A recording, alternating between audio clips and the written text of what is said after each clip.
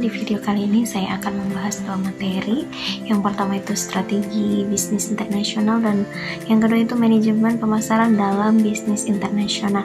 Nah, yang kita akan bahas untuk ya pertama itu strategi bisnis internasional. Jadi, strategi bisnis internasional adalah rencana atau pendekatan yang dirancang oleh perusahaan untuk mengelola kegiatan bisnisnya di pasar global. Nah, strategi ini mencakup sejumlah langkah yang diambil untuk mencapai tujuan bisnis internasional, seperti memasarkan produk atau jasa, terus mengelola rantai pasokan, dan yang terakhir itu mengatasi tantangan yang mungkin muncul di lingkungan bisnis internasional. Di sini ada beberapa strategi bisnis internasional. Yang pertama itu ada ekspor dan impor. Jadi perusahaan dapat memulai dengan memperluas distribusi produk mereka ke pasar global atau mengimpor bahan baku yang diperlukan untuk produksi. Untuk yang kedua itu ada lisensi dan franchising. Jadi lisensi ini memberikan hak untuk menggunakan merek dagang, teknologi atau proses bisnis mereka kepada pihak di luar negeri. Kalau untuk franchising ini bentuk lain di mana perusahaan memberikan hak kepada pihak lain untuk menjalankan bisnis mereka dengan panduan yang ketat. Untuk yang selanjutnya itu ada investasi langsung asing ya. Jadi melibatkan pendirian atau akuisisi fasilitas produksi atau bisnis di luar negeri gitu. Oke teman-teman, masih dalam strategi bisnis internasional. Untuk yang keempat itu ada aliansi strategis. Jadi perusahaan dapat membentuk aliansi atau kemitraan dengan perusahaan lokal di luar negeri. Nah, untuk yang kelima itu ada penyesuaian produk dan pemasaran. Jadi menyesuaikan produk dan strategi pemasaran dengan kebutuhan dan preferensi pasar lokal. Untuk yang keenam itu ada manajemen rantai pasokan global. Jadi manajemen rantai pasokan ini melibatkan pengelolaan logistik, produksi dan distribusi produk di seluruh dunia. Untuk yang nomor 7 itu ada manajemen risiko internasional, yaitu identifikasi, evaluasi, dan manajemen risiko yang terkait dengan bisnis internasional seperti risiko mata uang, risiko politik, dan risiko hukum. Nah, untuk yang ke-8 itu ada kebijakan karyawan global. Jadi mengelola tenaga kerja internasional dengan memperhatikan perbedaan budaya, hukum ketenaga kerjaan, dan kebutuhan karyawan.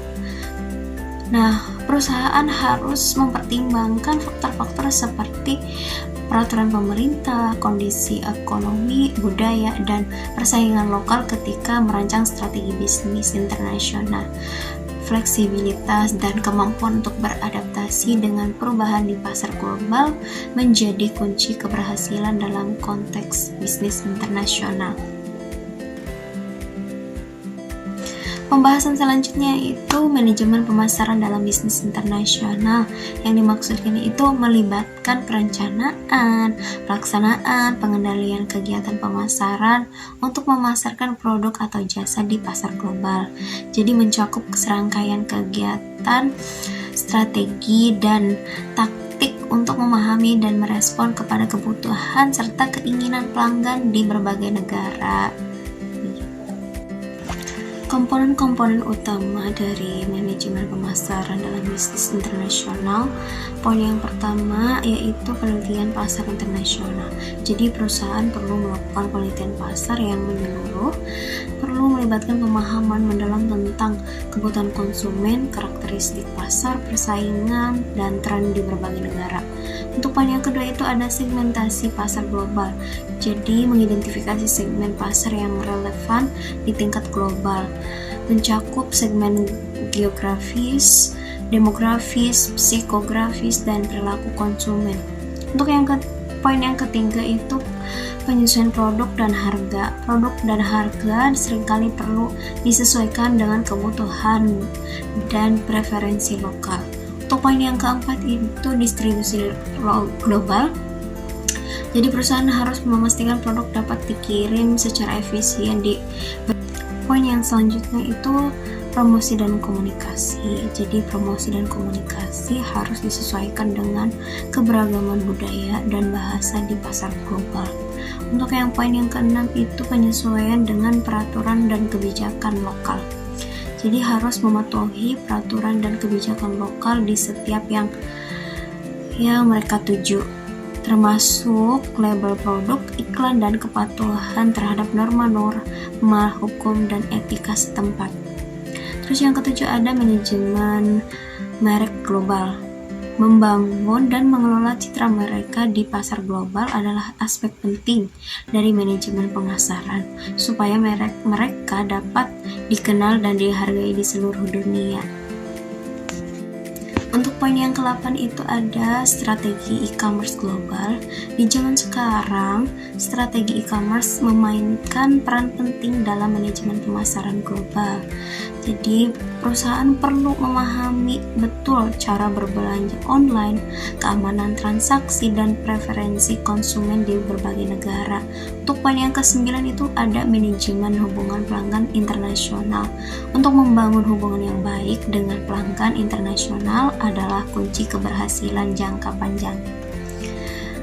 Misalkan pelayanan pelanggan yang efektif, penanganan keluhan, dan pemahaman mendalam terhadap kebutuhan pelanggan. Untuk poin yang terakhir itu ada analisis kinerja dan pengukuran. Jadi perusahaan perlu secara terus-menerus menganalisis kinerja pemasaran global. Hal ini mencakup pengukuran keberhasilan kampanye, analisis ROI atau Return on Investment, dan evaluasi terhadap tujuan pemasaran. Manajemen pemasaran dalam bisnis internasional memerlukan pemahaman yang mendalam tentang perbedaan budaya, sosial, dan ekonomi di berbagai negara. Fleksibilitas, adaptabilitas, dan kemampuan untuk belajar dari pengalaman di lapangan adalah kunci untuk mencapai keberhasilan dalam bisnis internasional.